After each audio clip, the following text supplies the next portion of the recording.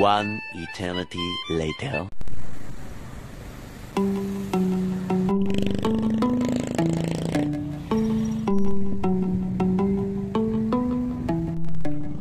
Okay, good morning Kabalen. At nandito na tayo ngayon sa may Labi River. So ito yung isa sa mga sikat na pasyalan dito sa may Bungabon. Nakita nyo naman yung tubig, oh, napakalinaw. Tsaka parang binago nila yung mga bubong ng mga kubo ngayon. Mas fresh lang nakikita kumpara noon, dahil last year bumagyo rito. At ayan, may nagpipiknik doon, tingnan nyo. Breakfast by the river. So tingnan nyo kung gaano kalinaw yung tubig rito. At saka sobrang lamig.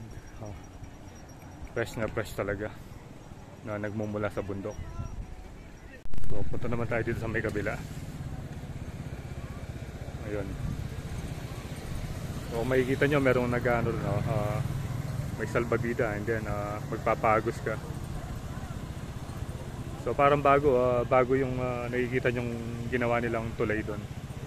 Dati wala man yun eh. Yung tubig talagang napakalinaw. Yung tubig. Malinaw talaga.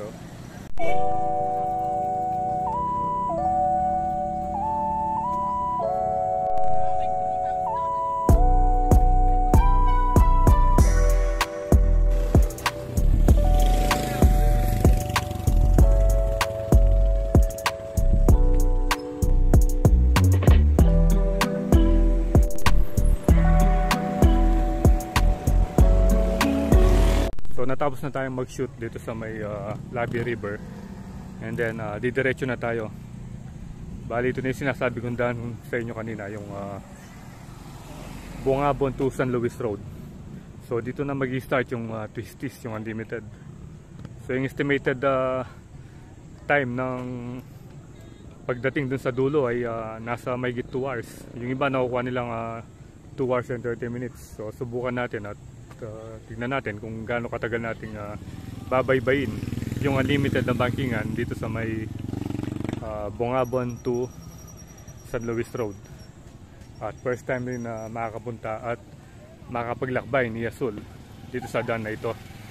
So tayo pangalawang pagkakataon na nadadaan tayo dito sa may boundary ng Aurora to Nueva Ecija. So abangan nyo at i-enjoy ninyo kung napakagandang view at talagang nakakahilong bankingan dito sa may Nueva Ecija to Aurora Road. So see you there.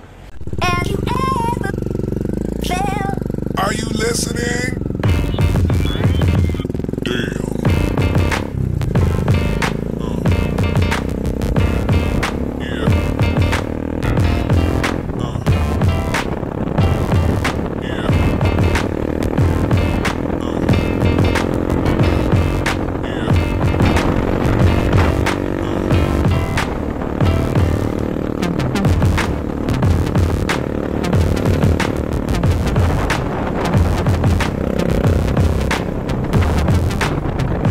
A few moments later.